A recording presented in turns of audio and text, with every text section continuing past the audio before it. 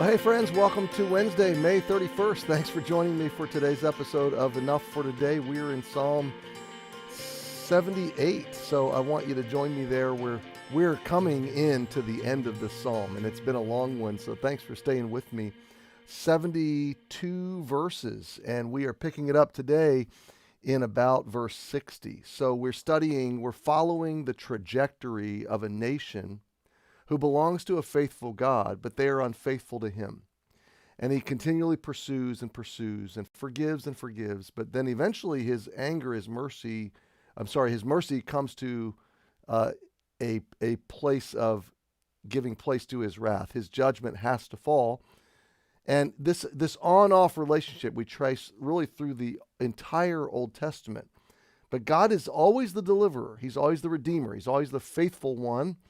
And God's people are always the unfaithful ones. And that's really the big takeaway, is that this psalm is being written to the southern tribe of Israel after the northern tribe has forsaken God, after they have apostatized. And the instruction in the early part of the psalm is hold on to God, hold on to his word. Don't turn back. Don't do what Ephraim, the northern kingdom, has done. So we pick it up today that God delivered them from Egypt. Yet, verse 56, they tempted him, provoked him. They turned back. Verse 57, they dealt unfaithfully.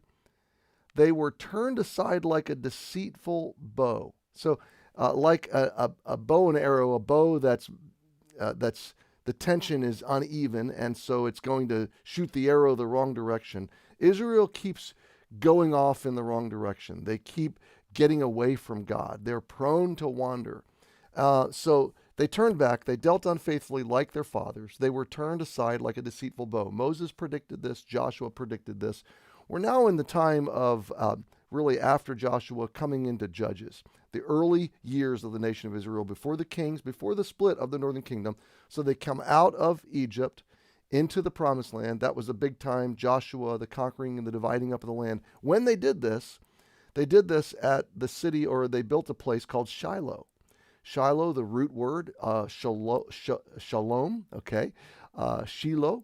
It's a word for peace. It's a word for salvation. Ultimately, Jesus is Shalom. He is the true Shiloh. But this place, Shiloh, was in the northern kingdom. It was in the tribe of Ephraim. This place today is located about an hour north of Jerusalem. You can go there and see the ruins of Shiloh. But for nearly 300 years, Shiloh was the capital of the nation. Now you got to remember, this was during the period of the Judges. So when you read the book of Judges, the quantifier of this time was every man did that which was right in their own eyes.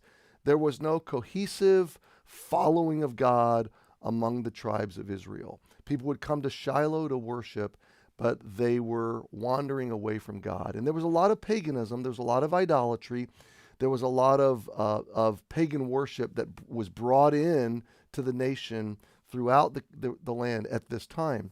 So they turned back, they dealt unfaithfully, they were turned like a deceitful bow. Verse 58, for they provoked him, God, to anger with their high places and moved him to jealousy with their graven images. There's the paganism, there's the idolatry. When God heard this, he was wroth, his anger was kindled, and he greatly abhorred. He turned away, he rejected them. Verse 60, so that he forsook the tabernacle of Shiloh, the tent which he placed among men. Now remember, the tabernacle went with them all through the wilderness wanderings into the promised land, and then it was pitched in Shiloh. This was the center of their worship, the capital of their new nation, and for nearly 300 years, God's presence dwelt in the tabernacle, in the Holy of Holies, the Ark of the Covenant at Shiloh. But what happened, historically speaking, the Israelites, because of their pagan worship and because they began even to worship the Ark of the Covenant in place of the God who manifested his presence at the Ark of the Covenant, they really got everything mixed up, and they began to worship the artifacts, the material expressions, instead of the God of these material expressions. And so they got away from him. And they lost the Ark of the Covenant. They took it out to battle, if you remember the story, and I'm just extemporaneously trying to remember. They took the Ark out to battle like it was a good luck charm. They treated God like a good luck charm, and the Philistines captured the Ark. And for some time, the Ark then was out of the possession of the nation of Israel. And this was a dark time. And it was a time of the sense that God had forsaken them. Had he totally given up on them? No. But they turned away from him. So they essentially removed themselves from the covenant love and the covenant presence of God. And so God removed himself from their presence. He forsook the tabernacle of Shiloh, the tent which he placed among men, and delivered his strength into captivity and his glory into the enemy's hands. This manifestation of God's presence and glory, the Ark of the Covenant, was given over to the Philistines. He gave his people over also unto the sword, and was wroth with his inheritance. So they lost the battles against the Philistines. Verse 63, the fire consumed their young men, and their maidens were not given to marriage. Their priests fell by the sword, and their widows made no lamentation. You can read about these situations early in the book of 1 Samuel. It was a very bad time before King Saul, during the time of Eli the priest, Hophni and Phinehas his sons, and then eventually Samuel. Samuel was used by God to kind of hold things together until God anointed David. We're getting a little ahead of ourselves. Their priests fell by the sword, their widows made no lamentation. Then the Lord awaked as one out of sleep, and like a mighty man that shouteth by reason of wine. And he smote his enemies in the hinder parts, and he put them to a perpetual reproach. Moreover, he refused the tabernacle of Joseph, and chose not the tribe of Ephraim, but chose the tribe of Judah, the Mount Zion, which he loved. Now, let me just encapsulate everything we've just read very quickly and bring today to a close. The ark was in the possession of the Philistines all through the life of Samuel, all through the life of Saul, the first king of Israel.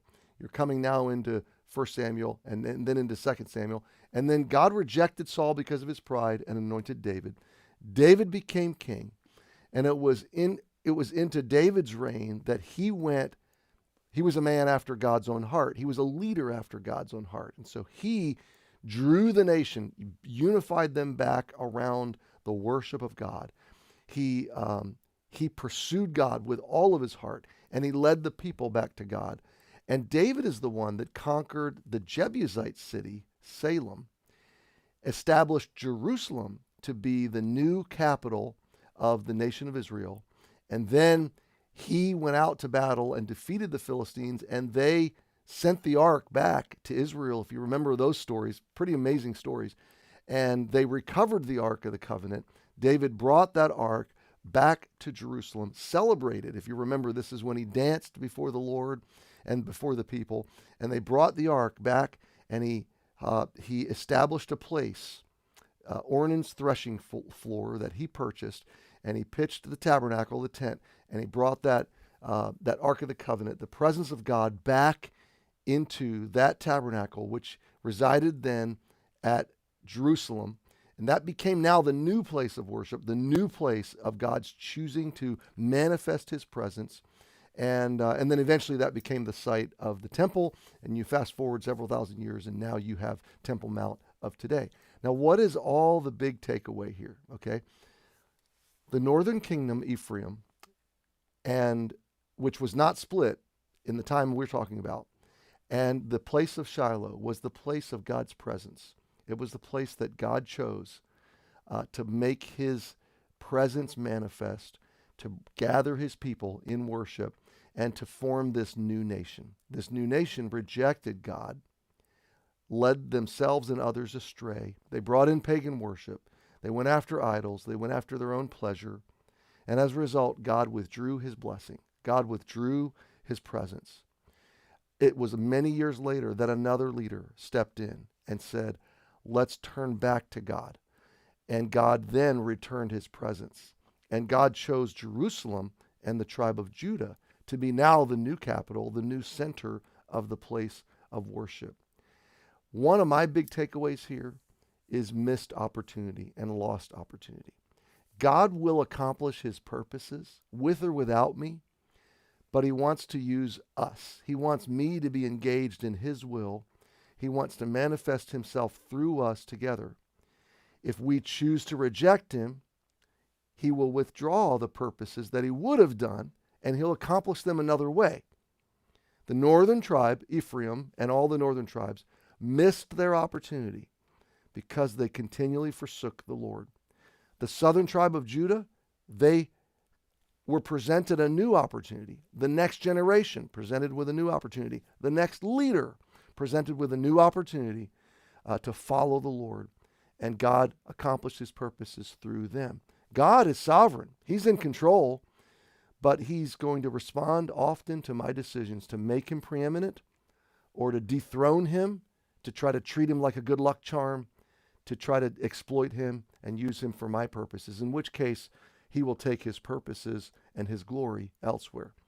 So my friend, today I want to encourage you, don't miss the opportunity to make God preeminent and to see his purposes unfold in your life. Let's do the same in our church.